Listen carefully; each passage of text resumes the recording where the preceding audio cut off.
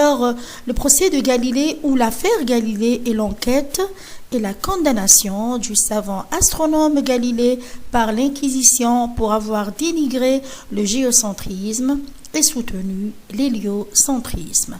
Voilà les deux instances adverses qui figurent, ça figure dans l'intitulé du projet. L'affaire commence vers 1610. Alors que Galilée publie Sideros Nuncios, il y décrit ses observations astronomiques surprenantes à l'aide d'une lunette astronomique. Ces observations l'amènent à réfuter le géocentrisme et à confirmer la théorie héliocentrique, exposée par le chanoise Nicolas Copernic dans son œuvre Des révolutions des sphères célestes 1543. Donc, ce qu'il faut expliquer aux élèves, que plaidoyer réquisitoire sont deux instances qui sont adverses. La première, la première c'est défendre, la deuxième c'est dénoncer.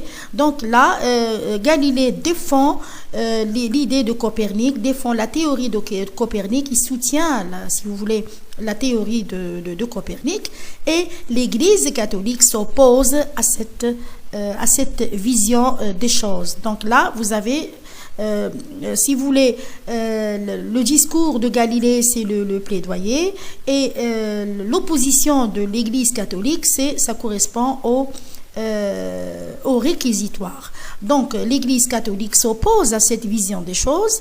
Elle déclare officiellement hérétique l'héliocentrisme en 1616, met à l'index les œuvres qui abordent le sujet et interdit à Galilée d'enseigner cette théorie.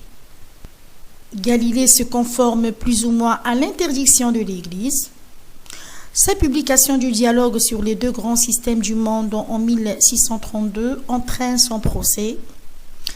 Le savant est condamné en 1633 à un emprisonnement indéfini et demeure en résidence surveillée jusqu'à sa mort en 1642.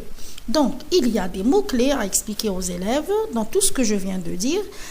On a le géocentrisme, c'est la théorie qui, faisant de la Terre le centre de l'univers, le géocentrisme dit que la Terre est au centre de l'univers.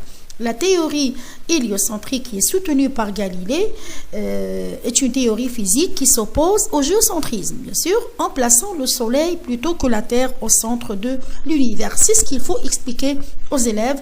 Le géocentrisme, bien sûr, il est dénigré par Galilée et l'héliocentrisme est soutenu par Galilée.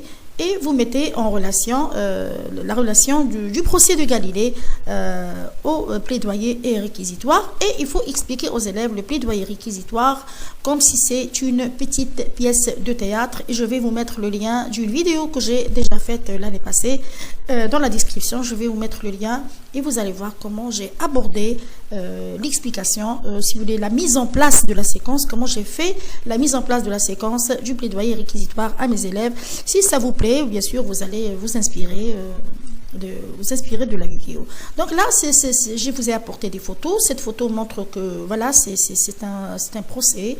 Dans ce procès, vous pouvez montrer le rôle de chacun. On a l'avocat, on a les jurés, on a l'avocat général, si vous voulez. Donc, vous montrez que là, il s'agit d'un plaidoyer réquisitoire. C'est comme si c'est une pièce de théâtre.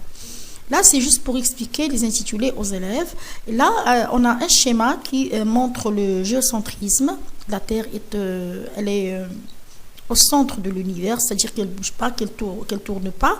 Et c'est le Soleil qui tourne autour de la Terre. C'est là, et vous mettez la relation du procès, comme je vous ai dit, avec le plaidoyer et le réquisitoire.